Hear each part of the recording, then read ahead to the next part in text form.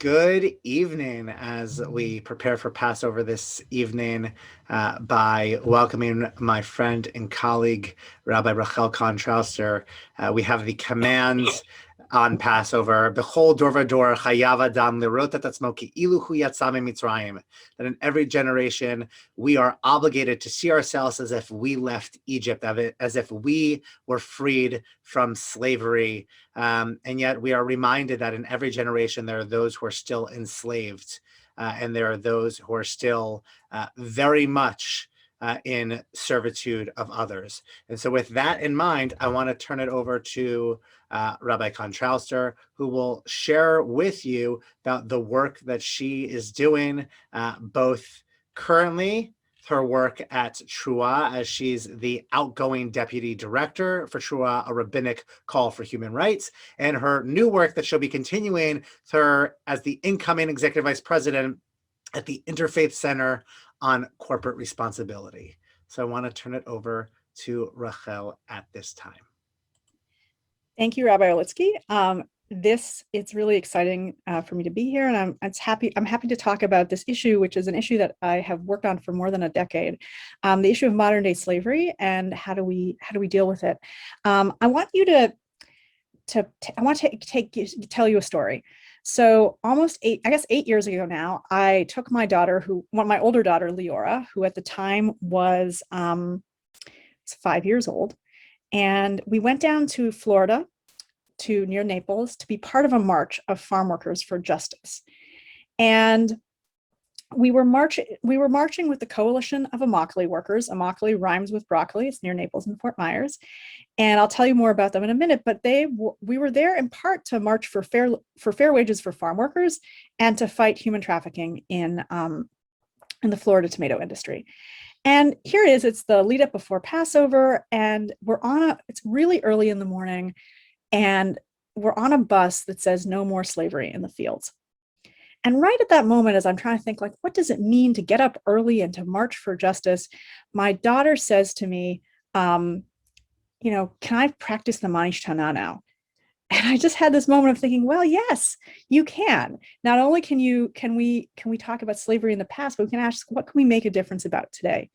And that continues to inspire me, that this is an ongoing story about how we treat people and also how we are part of movements for liberation. I think when we think about the Seder, and when we think about any human rights issue we talk about at the Seder, we have to remember that the Seder moves us through time. We start off by talking about the past, what the Israelites went through. And then our meal is the present, right? It's the moment that we're in. And then we think about liberation, right? That's the second half of the Seder. It's really like, what does the future bring? And in any fight for justice, we also have to learn about the problem. We have to think about, what does that mean for us now? And then how do we solve it? And how do we be part of bringing that future that we want? Well, we can't just do that in a vacuum. So I'm gonna, and for me, I would say that two of the guiding principles, just for one sec, I have to share my screen, sorry. You'd think after a year of pandemic, I know how to use Zoom better than I do. One sec. And of course, this is a new,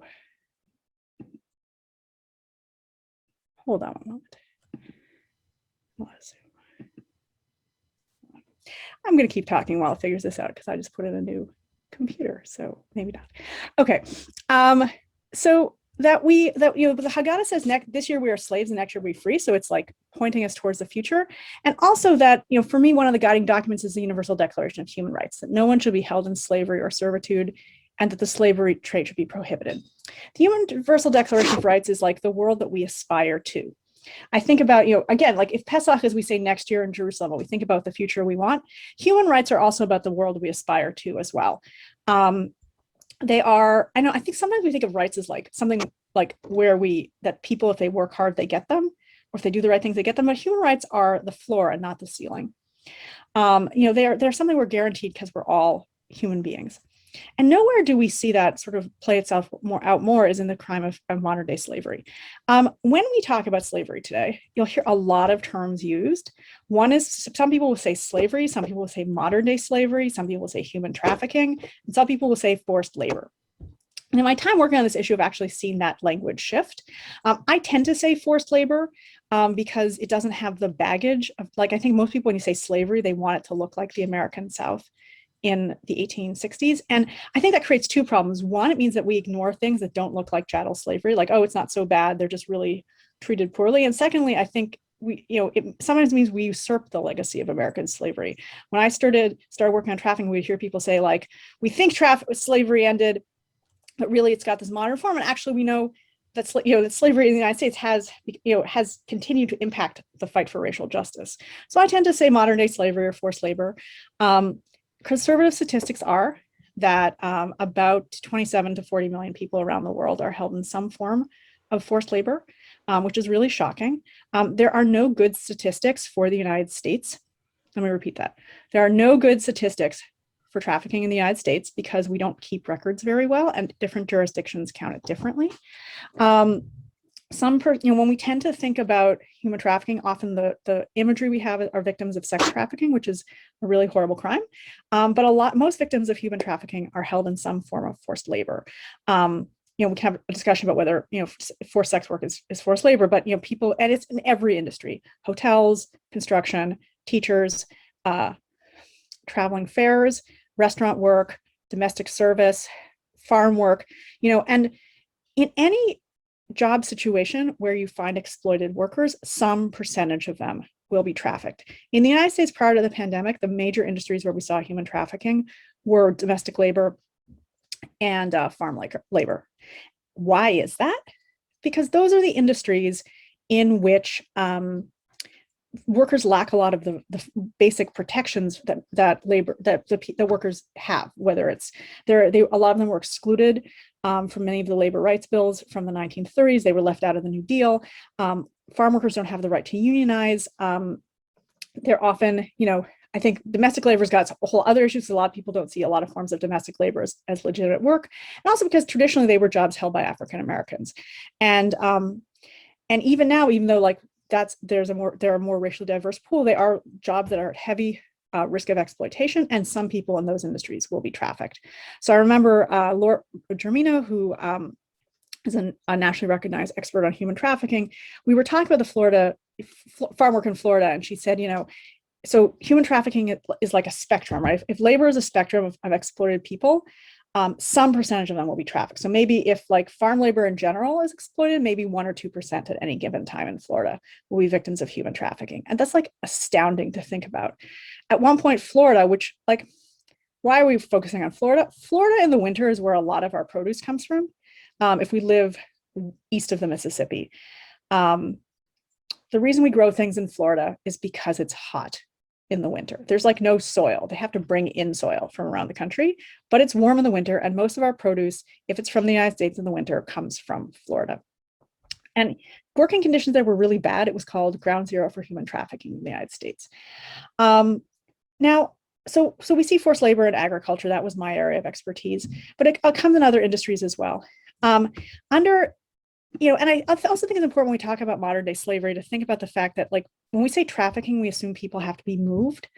But actually it can be something that happens within a country. People don't have to be moved across borders. The major piece of anti-trafficking legislation was passed in the year 2000. And it's called the Trafficking Victims Protection Act. It was a bipartisan bill. I know that feels really strange in today's political environment, but it used to be that trafficking, certainly when I started working on it, was seen as a bipartisan issue.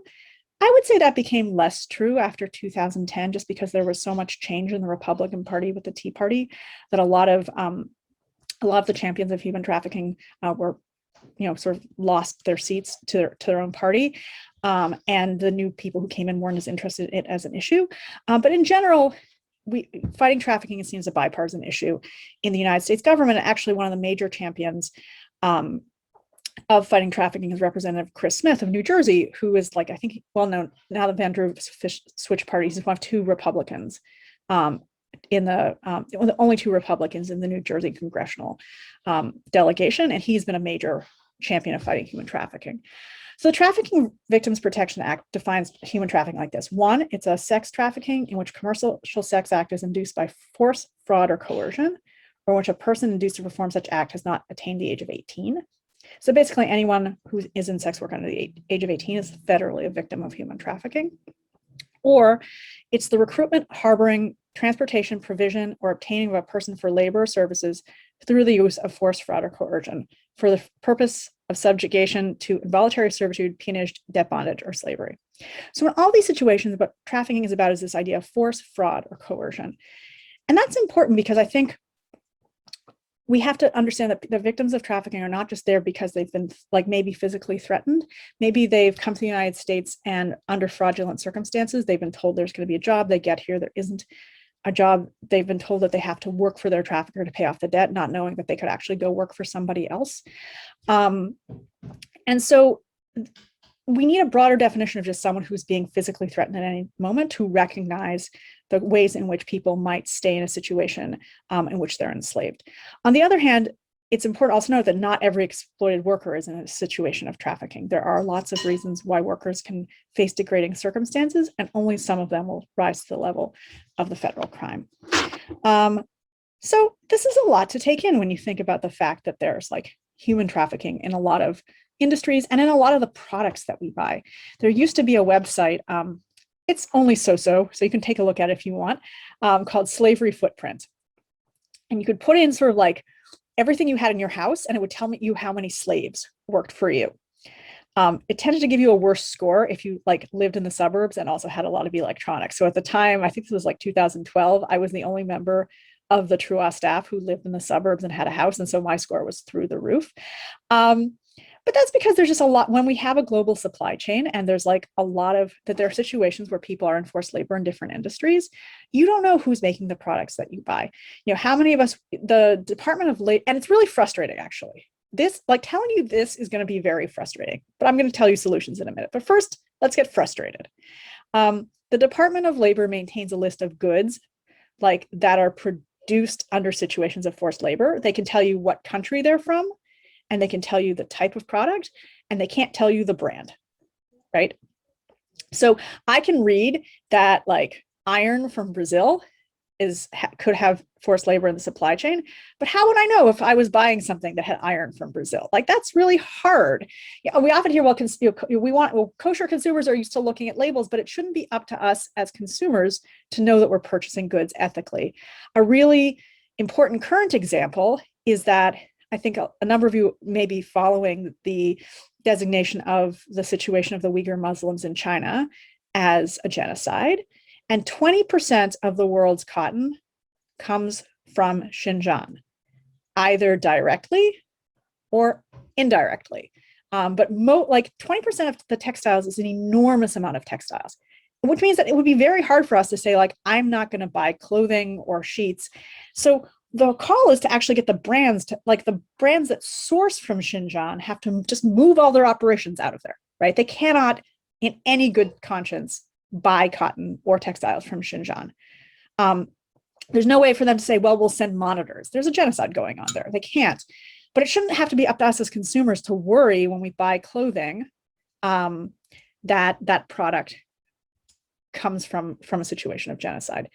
And yet, I also want to complicate what I just said, because when I found as an anti-trafficking activist that when I worked on talking about the situation of the goods that we buy, that none of us want to like go to the grocery store and worry about what's in the food that we buy.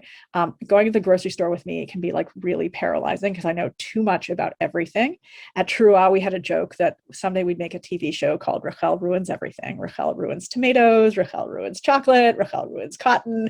I buy the same stuff everyone else does, just so we're clear. But also like,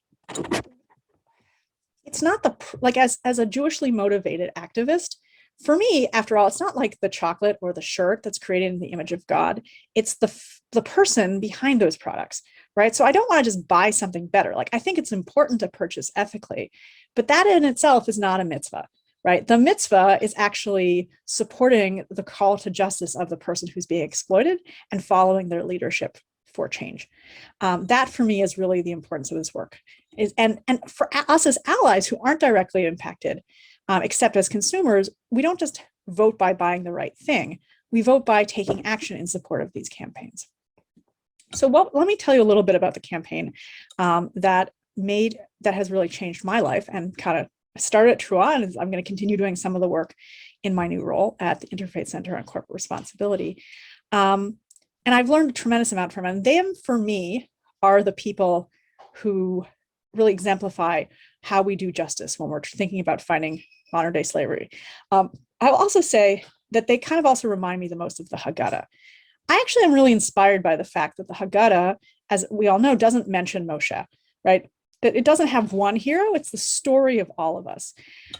And I think in movements for change, we sometimes look for like the one inspiring person, when actually we should look at movements, because we can all be part of movements. We can all be part of efforts for change, and we can all be stronger by telling the story of us.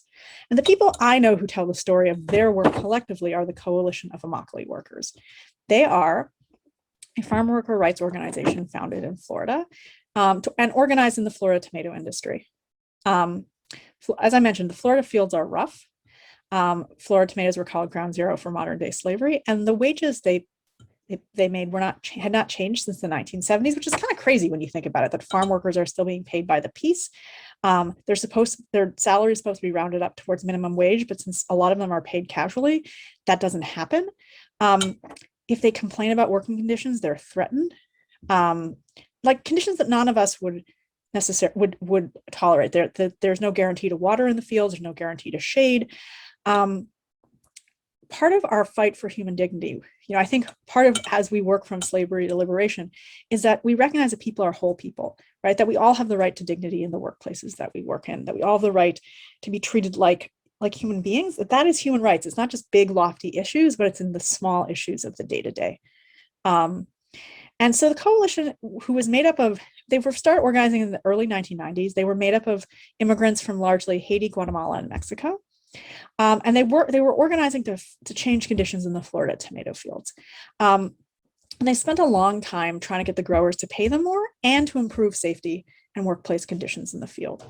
And they realized after a while, if they've been fighting for a long time, they'd had some small concessions, but to really make change, that they had to not just hold the growers accountable, they also had to hold the people at the top of the supply chain, the corporations whose like consolidation of power and who are putting price pressure downward. Because a lot of corporations, even if they do well by their direct employees, they are also putting pressure on the supply chain. I do some work in garment, and the garment industry, well, one person I call garment a giant international criminal enterprise, but the big multinational corporations know that when they that they can't possibly, when they source from different, when they insist on very, very tight turnarounds and small margins, that they can't possibly be observing minimum wage laws in the countries in which they work. And as the grocery store industry consolidated in the 1980s, but the price of tomatoes stayed the same, that put pressure further and further down on the growers to cut wages or not have wages go up, and they cut on workplace safety, which also meant some workers were trafficked. Because if you're not going to pay your workers a lot, some of you may decide to not pay them at all. And the CIW investigated a lot of human trafficking cases, but there were 9 that made it through the Department of Justice and where people were prosecuted, including workers being chained in the back of a truck, and real situations of people being held in work camps in the middle of nowhere in the Everglades. So the workers organized and they said, we're going to hold the corporations at the top of the supply chain responsible for human rights abuses at the bottom.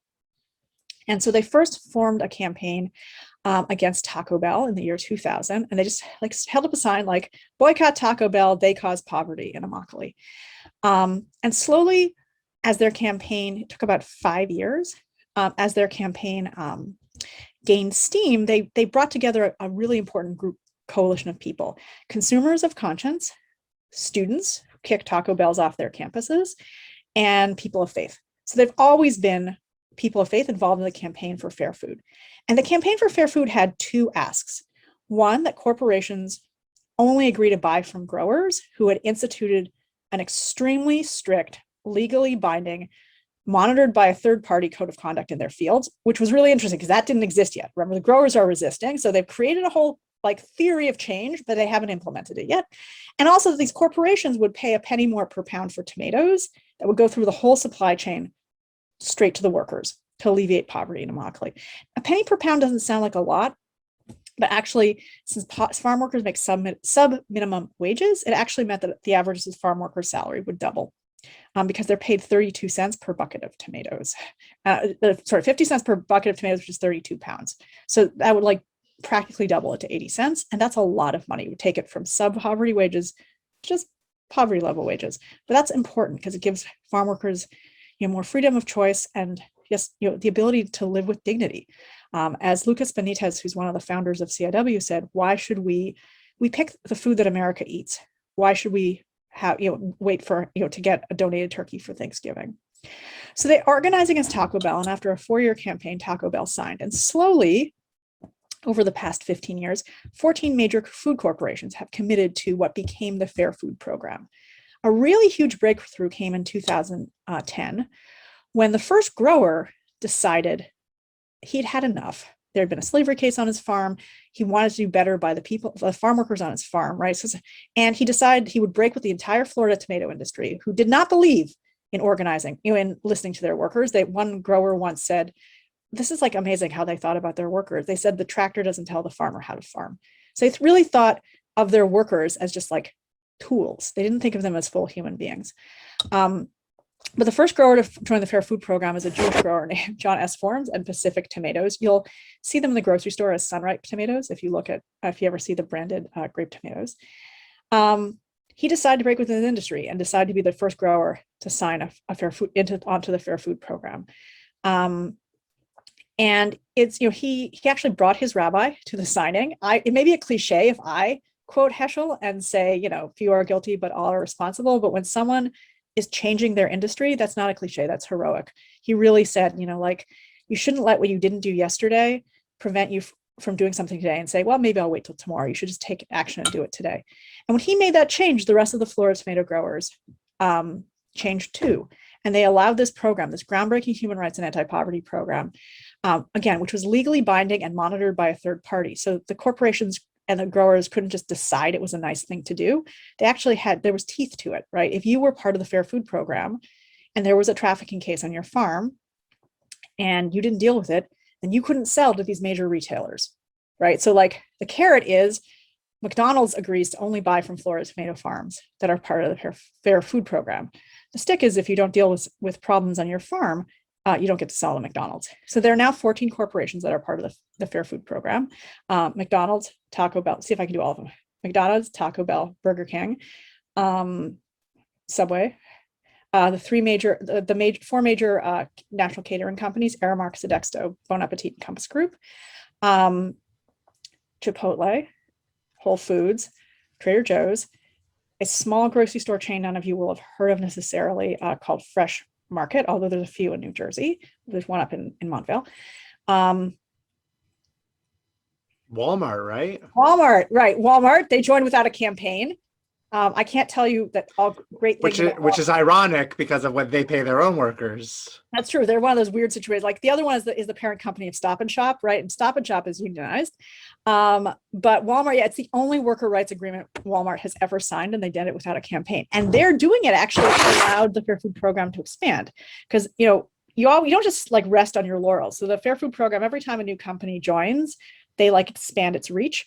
So when Walmart signed, they agreed that for any of the Florida tomato growers who were in Walmart's supply chain, if they were multi-state operations, meaning they had farms in Virginia or South Carolina or North Carolina or New Jersey, those farms also had to, like when those workers went north, they also had to be covered by the Fair Food Program. So they now actually, in the summer, monitor some farms in southern New Jersey. So not all of New Jersey tomatoes, but the New Jersey growers who are also Florida growers who sell to Walmart.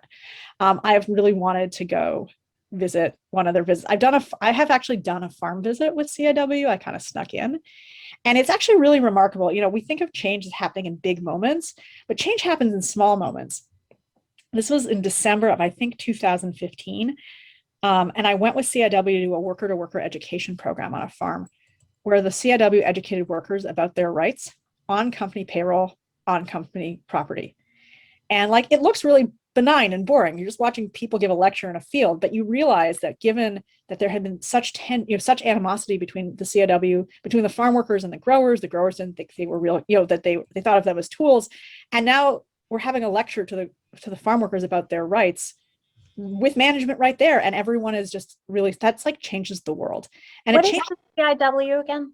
It's the Coalition of Immokalee Workers. So thank you. I'm going to put it in chat because it rhymes with broccoli, but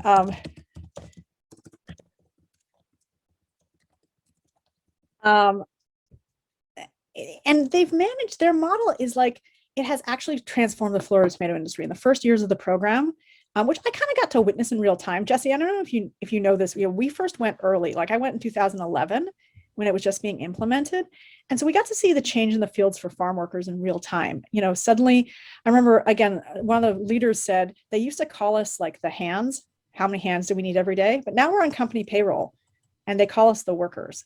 The complaints that have come into the Fair Food Program over the years have changed. Like they still occasionally find trafficking cases on sort of the farms that are in compliance, but it's gone from like, there's no time clocks in the fields to like, I got my paycheck late.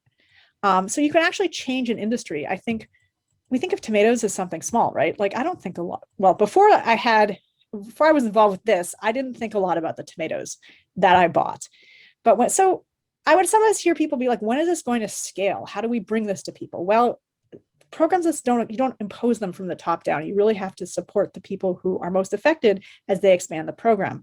But the CIW's program, covers tens of thousands of Florida farm workers. It's now affecting farm workers in Vermont who are in dairy. There's a group called Migrant Justice. That was really hard. They have only so far done one campaign, and it was against Ben and Jerry's. And there was a couple of years there where at Trua we could not buy Ben and Jerry's because there wasn't an official boycott, but we were in campaign against them. So we were very excited when Ben and Jerry's joined Milk with Dignity. Right. That's also because they always claim that they were so like progressive as a company. Well, right. So Ben and Jerry's is an interesting case. They're a B corporation, which means that most corporations, like they're really supposed to, their function under American law is that they're supposed to, everything that if they do social responsibility, it has to come, it's secondary to them making a profit. So you always have to make the business case and the human rights case. I should point out that there isn't always a good business case for human rights. In some things there is, like in climate. That's one thing I'm really excited in my new role to work on is Trot believes climate change is a human rights issue, but it's not something we work on. And my new organization does a lot of work on holding corporations accountable for climate change. That's kind of, I'm excited about that. But B Corps have a broader social mission. So for some things, like it's easy to make, there's a real business case to be made that if corporations are not paying attention to a certain risk, that they're actually putting their business and their profits in jeopardy. It's not always true when you have a business model that's flawed, right? Like when corporations can make profits because they're not paying their workers a lot or because they're not paying a lot for products, it's harder to make that business case. You have to make more of a moral case. And B corporations like Ben and Jerry's are supposed to pay attention and have, include in their mission a broader social mission. But it can also mean that sometimes they want to do their own thing. I think at the time, Ben and Jerry's had their own like farm worker program called Caring Dairy, but it wasn't doing very much. And so then to actually convince them to listen to the farm workers who were part of their dairy supply chain and join a program called Milk with Dignity took some work, but thankfully they did it. And that's been really exciting. This model is extended. We're seeing it in like construction in the Twin Cities. A similar program has been implemented in garment called the Bangladesh Accord on Workplace Safety, after there was a big fire in Bangladesh in 2013 and factory workers were killed. And so we're really like seeing a shift that people are beginning to understand, right? Again, if Pesach is about dignity, if human rights is about dignity, that we have to support, what the workers themselves are asking for, that they are the experts in their own human rights and, that they can say, this is what happens in our place of work and here is the solution.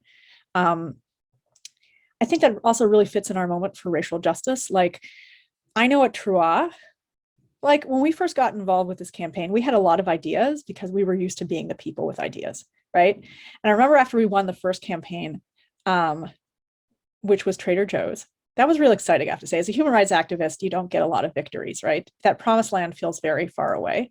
But to actually be part of a victory when Trader Joe's joined the Fair Food Program was really exciting. And then I had ideas. I was like, well, why don't you go after this grocery store chain? I bet they'd blah, blah, blah. We know so-and-so. And the CIW gently said to us, if now I feel like it's more of an understanding that like that social movements are led by the people most affected, but we didn't really get that yet. The CIW said, no, we're the experts on how this program works and how our campaign works. Your job, why we brought you in, was to organize the Jewish community in support of our campaigns. That's what you know, and you're really good at it. And I thought for a minute, I said, okay, yeah, that they're right. And that was actually really freeing for me to not feel like I had to solve everything, but to say like, here's this problem, and my job is to organize the Jewish community in support of change. So now we will put, I'm going to put a link in, actually, I'll send Jesse the link, Rabbi, let's give the link for Tomato on the Seder Plate, which we've now been doing since 2012. Me and Elena Stein and Mitch Channon, who were two other Jewish activists involved with the campaign, decided that the way to get the Jewish community to learn about the work that was being done was to connect the work of the coalition to fight trafficking and to bring freedom and justice, was to put a symbol on the tomato on the Seder plate. I know there's a lot of symbols on the Seder plate, but we put the tomato in symbolizing the farm worker who picked the tomato. And I think for us, a real moment, I still run into people who are like, oh yeah, I put a tomato on my Seder plate because of you guys. But also a real moment for us was, as I think I mentioned, Whole Foods is part of the Fair Food Program.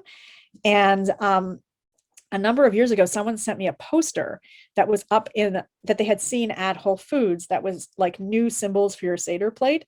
And one of them was the orange, and one of them was the tomato in support of farm workers. And I just thought that was amazing that we had even like reached, and especially because they had not told the coalition they were doing this. There was no branding. It just said tomato. You put the tomato on the Seder plate for the farm workers.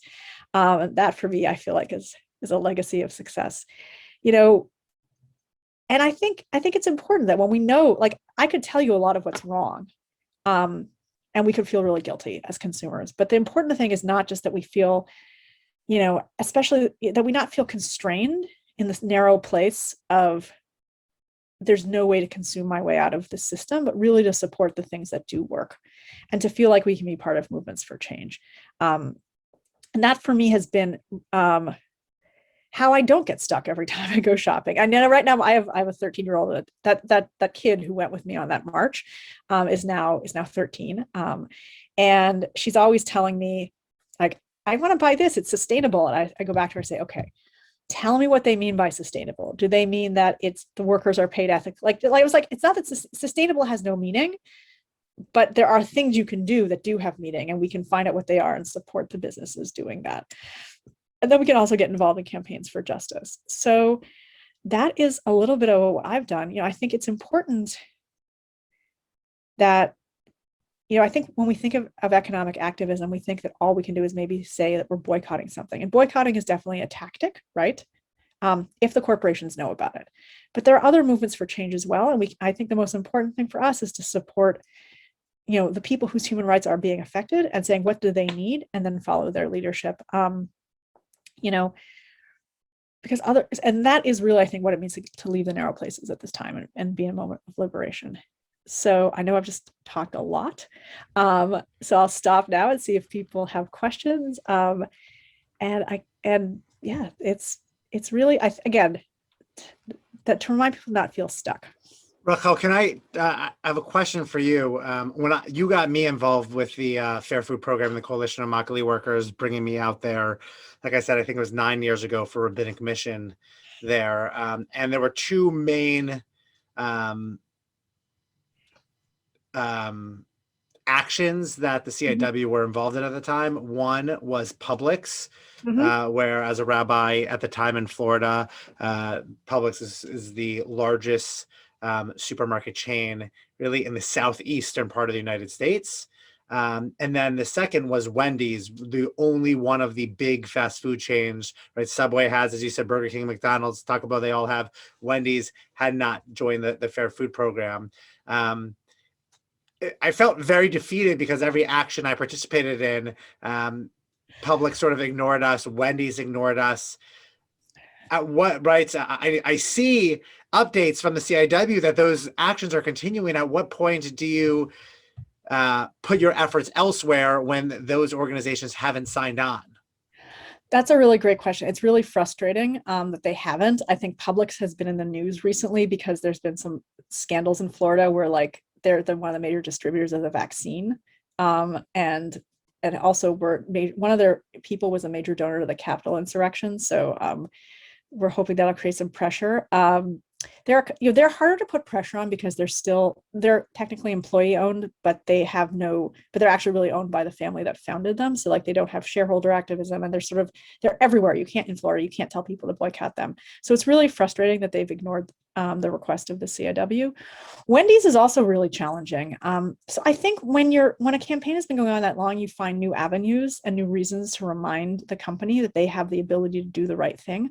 Wendy's has moved its supply chain twice to avoid CIW. First, they pulled out of sourcing tomatoes from Florida and started sourcing entirely from Mexico. And one of the farms that they sourced on from Mexico was the subject of a major expose in the LA Times for all kinds of workplace conditions. So then they moved their tomatoes back to the US, and this is like really, and they moved them to greenhouses, which they claimed was good for the workers, except, one of the interesting things is that the Fair Food Program has been really successful in eliminating sexual harassment and sexual abuse in the fields, which is particularly remarkable given that the industry is only 10 to 15% women, and yet it's been a major success story that for the women who are part of farm work. And actually, but what the women have said is that, greenhouses are actually not safer for them. They're often, isolated with their supervisor. And so their answer is, well, we no longer source from the right farms. And our answer is, well, yeah, but you could have all the farms that you're sourcing from join the Fair Food Program, right? Like it's not okay to say that we will not, we're absolved of our responsibility. You could actually expand your responsibility. So we've been, also, I think one of the things that COVID has highlighted is the ways in which farms and other food packing plants have been, like, they're essential services, and yet they've been sites of COVID outbreaks. So there's actually going to be a shareholder resolution made it through the challenge to the Securities and Exchange Commission before it'll go up. It's going to be up at the Wendy's shareholder meeting, which will be in late May or early June, challenging Wendy's to talk about how they're protecting farm workers in their supply chain and asking them why they haven't joined the Fair Food Program, which has been really successful in protecting the workers on those farms from COVID. So we continue, but I also think, so we continue those campaigns, and then we also expand the program, right? So we also say, how do we expand this work by bringing in new crops and new industries so that the impact continues to extend to more workers, even when these corporations are being really frustrating? Because I think we want to just show them that there's a model for actually changing lives, and they could choose to be part of it instead of creating their own codes of conduct and standards. And then one last question for you. I look at the tomatoes every time I'm at Stop and Shop. When they first joined the Fair Food Program, there were signs in the produce aisle saying that they were part of it. It's hard to find a tomato at Stop and Shop that is picked in America. They have often, so I find that somewhat challenging. They're a part of this program that ensures proper and ethical treatment of agricultural workers in this country, but they're also opting to not pay that extra penny per pound by getting their produce in another country. No, that's really challenging. And I think it will be, just because worker rights, as I mentioned, worker rights are a key part of this puzzle, and it's very hard to support the rights of workers in Mexico. It would be very hard to organize the workers there. So I agree with you. It's very hard, especially at this time of year, when we don't have local tomatoes yet. So many of the tomatoes we buy are from Mexico, and I agree with you. It's hard. Some of the agreements that are later have also included, it may have been the Stop and Shop agreement, but maybe it might have been the Fresh Market one, where they agree to increase their purchases of Florida tomatoes. And I think that's important, that if we want to, and that's something that's also accelerated since 2017, right? That more and more of US agriculture just moved overseas, in part because it was so hard to find workers. So I think there is a way in which that has brought the farm workers together with the growers in hoping to protect and support the Florida tomato industry by asking corporations to buy more of their tomatoes here. just U.S. agriculture is moving south. And I think that if we want to support American businesses, we have to sort of demand that our corporations find ways to buy produce in the United States, which isn't always possible. I mean, even if they were buying more Florida tomatoes, Florida no longer doesn't produce enough that they wouldn't have to rely on Mexico in some way. Okay. Any questions for Rachel?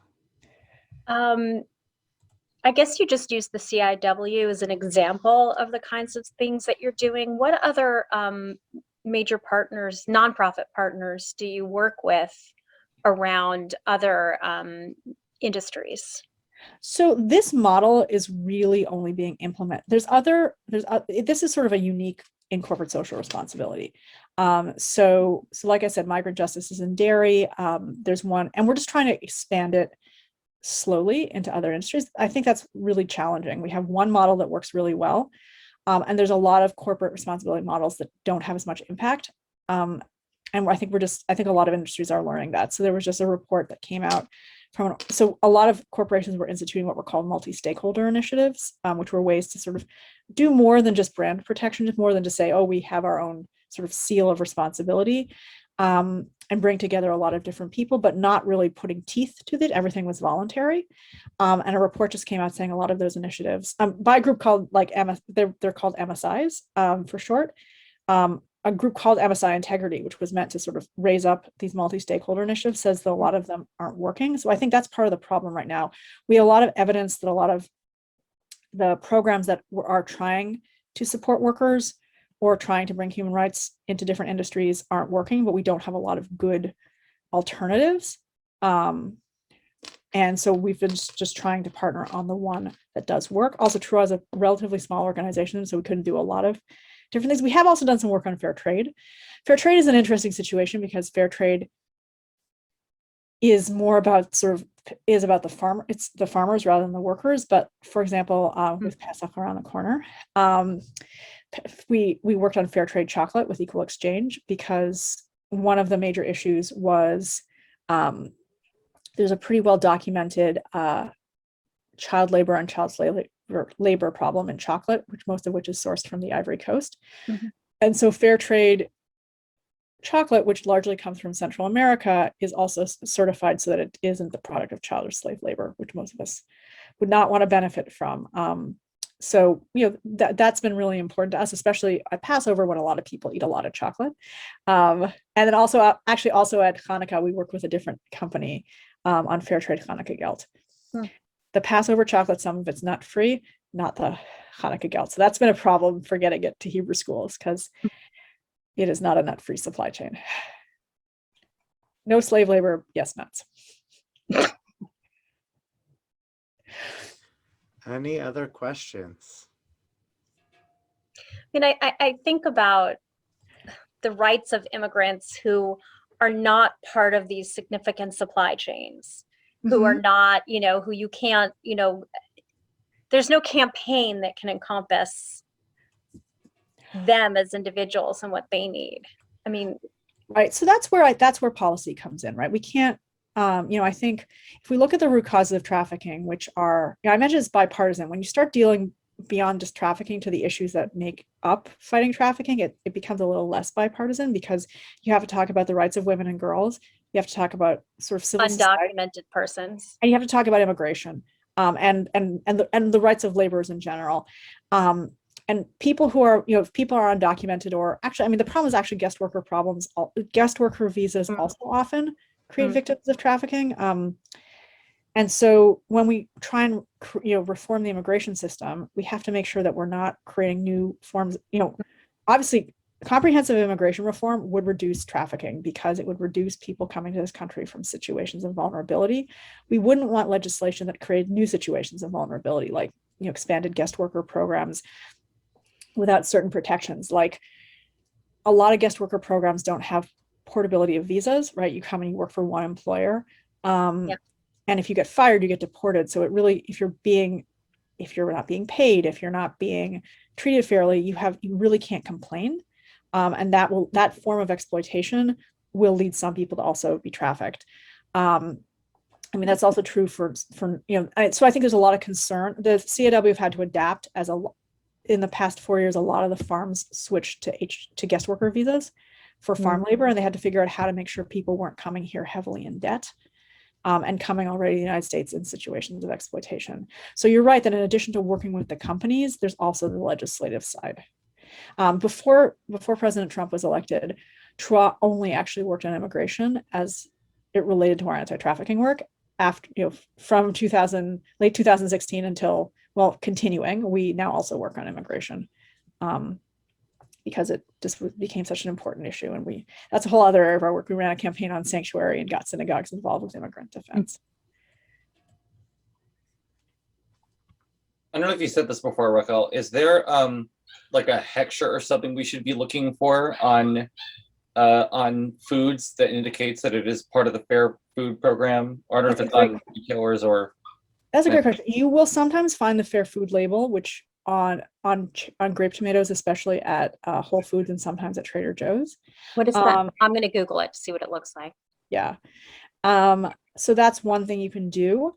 I think it's challenging because on the one hand, I think for those of us who are used to reading labels, whether we're looking for kosher or organic or vegetarian, or now I feel like I'm looking for kosher. My 13-year-old became a vegan, so kosher, organic, vegan.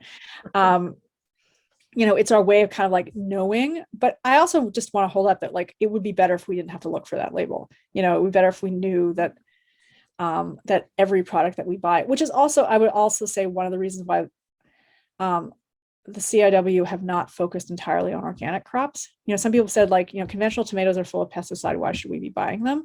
But the reality is it's important that like just food not only be for people who can pay a higher price. Everybody should be able to access food picked with dignity. And so you can find organic tomatoes that are part of the Fair Food Program and non-organic tomatoes, because it shouldn't only be that some of us have the ability to purchase them. So you can look for the Fair Food label, but mostly I think what Rabbi Liskey was saying, by looking for Florida tomatoes at Stop and Shop or Trader Joe's or Whole Foods in our area, if they're Florida tomatoes, they'll be part of the Fair Food Program.